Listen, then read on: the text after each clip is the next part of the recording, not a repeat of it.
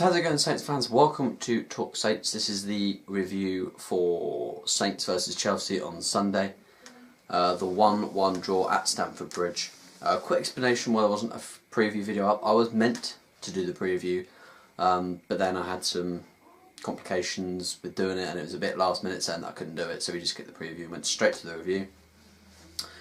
What a game it was. Two sides that were fighting to win a game, which is very rare in the Premier League these days. And we came away with a deserved point. In terms of starting 11, Alderweireld came back in for Yoshida, and I think the other change was Stephen Davis in for Jurisic, and Shane Long in for Graziano Pella, I think, and Tadic in for Elia, who I think picked up a training injury on Friday. Chelsea did not hold back. They put out quite possibly their strongest 11 that they possibly could. So it was all set for a great game. And Chelsea started the better team for me. 4th minute, Willian played a 1-2, got in behind, and it was a good block in the end by Jose Fonte. But then the goal came. Great ball in from Ivanovic, and Diego Costa, free header 6 yards out. He's not going to miss, he's going to score. A lot of people have criticised Fraser Forster for that, saying, oh, he should have come for the ball, he's 6'7", he should have done better possibly with the shot at goal.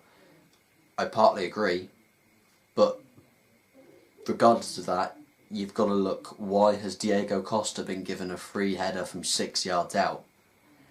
You've got to ask that as a question first, rather than why hasn't Fraser Forster come out and claimed that. But there you go, 1-1, and then I think it really started to click for Saints then.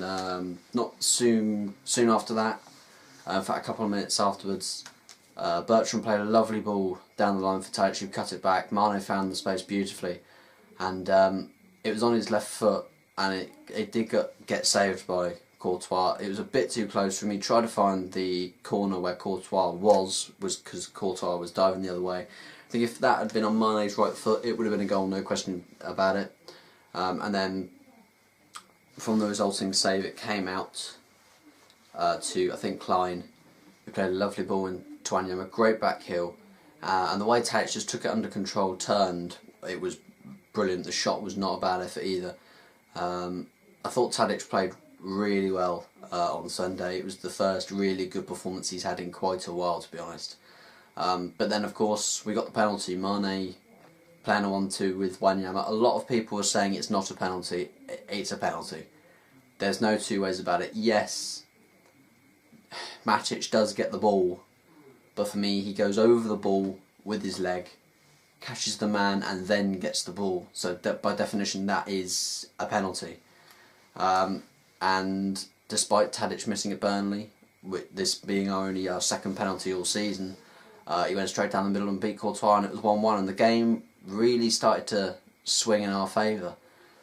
First half, we should have done better. We should have possibly gone in ahead at the break. We had a couple of other decent chances. Chelsea were really frustrated, especially in the first half. Fabregas consistently giving the ball away, very sloppy, very unaesthetic Fabregas. But Mane first half was absolutely electric. He just was. It was almost like watching him against QPR away in February. It was really great to watch. Second half, Matic should have been sent off within about 5 minutes of the restart.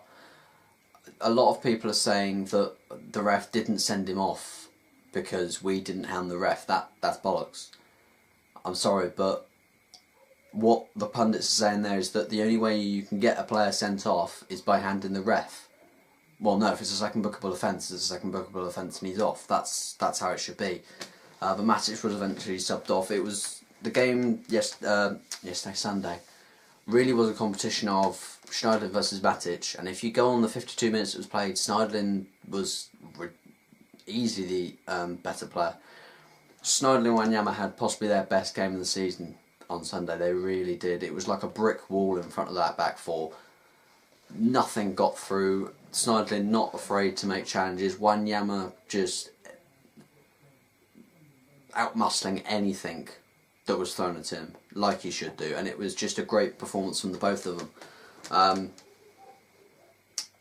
But mate, we had a few chances for me in that second half.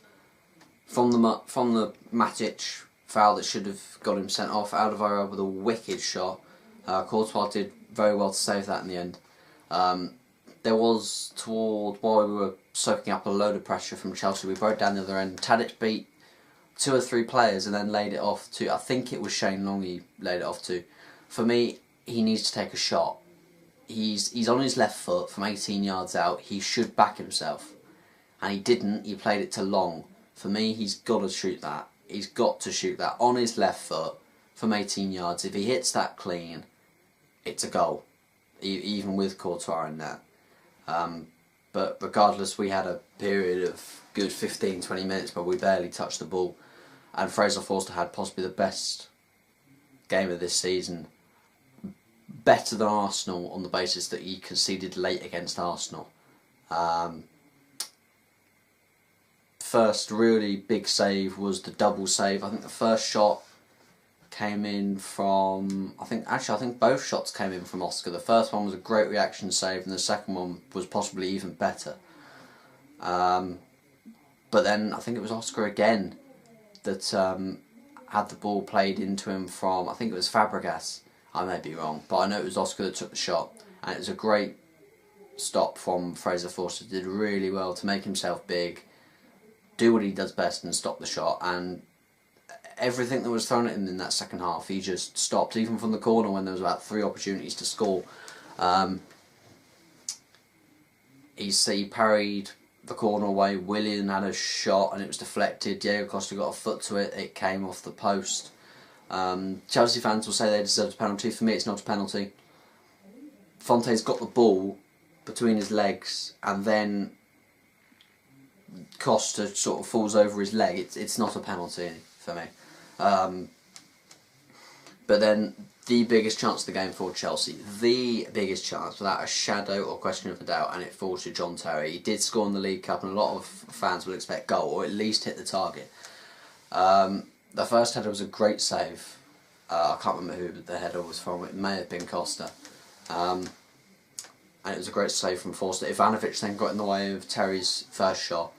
And then it falls straight back in at his feet. He has to take it left-footed, but I just thought to myself, it's a goal. It has to be. He can't not score with Fraser Forster on the floor. And he just misses the target completely. And at that point I thought, we have to draw this. The luck is on our side today. For once, we have to draw this game. And eventually we did. It was a great performance from the team. Man of the match for me, it's a tight one because Mane had a great game first half. He really created a lot, was such a threat for that Chelsea back four. And for Shane Long, who were forcing in the first half Chelsea to play a really deep back four because of the threat of Mane and Long with their pace.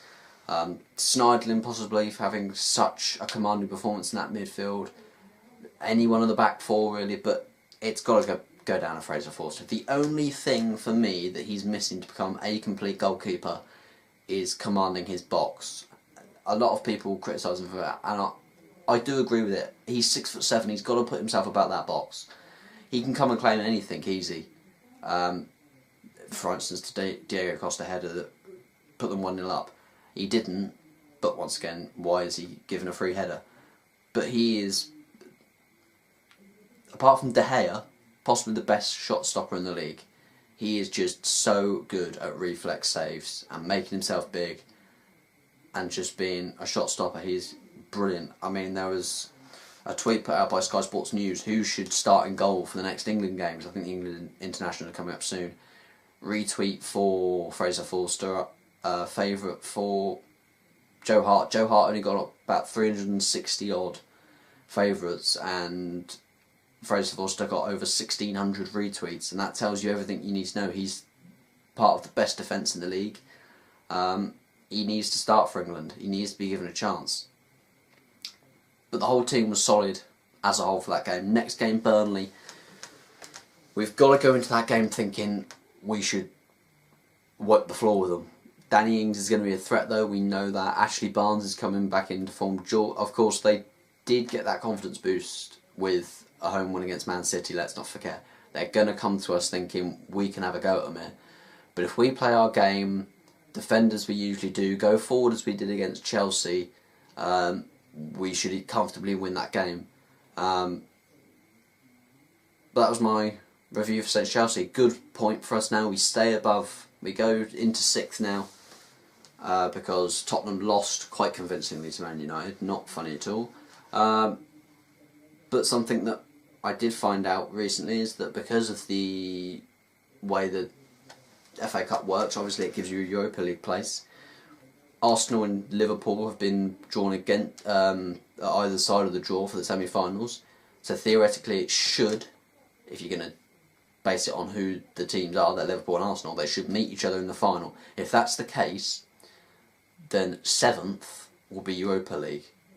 So even if we finish 7th, we'll get Europa League. Top 6 should be the aim for us, but even if it cocks up, we are 8 points or 9 points clear of 8th, which is where we finished last season. So for me, 7th is safe. So we've got to hope that Arsenal and Liverpool win the FA Cup, because then that's a banker, but we've got to try and push forward. We are only 4 or 5 points, I think, off of top 4. We can still do it.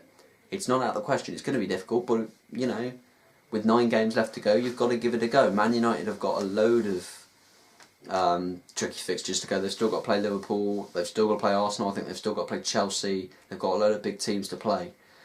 Meanwhile, our next 4 games is something like Burnley, Everton, Hull, and then I don't know who it is after that, but it's another winnable game, and it should be a win. We should be looking at least 9 points from those 4 games, if not 12. While other teams of others have got difficult games, we should be winning all 4 of those games. If that happens, we're well in a shout for getting the top 4 again. So that's my review for St Chelsea. If you have enjoyed the video, please be sure to drop it a like, comment your reaction to the game. Also, if you're new around here, please subscribe, and follow Talk Saints on Twitter for Saints views, news and giveaways in the future. But until next time, we will see you next time. Thanks for watching.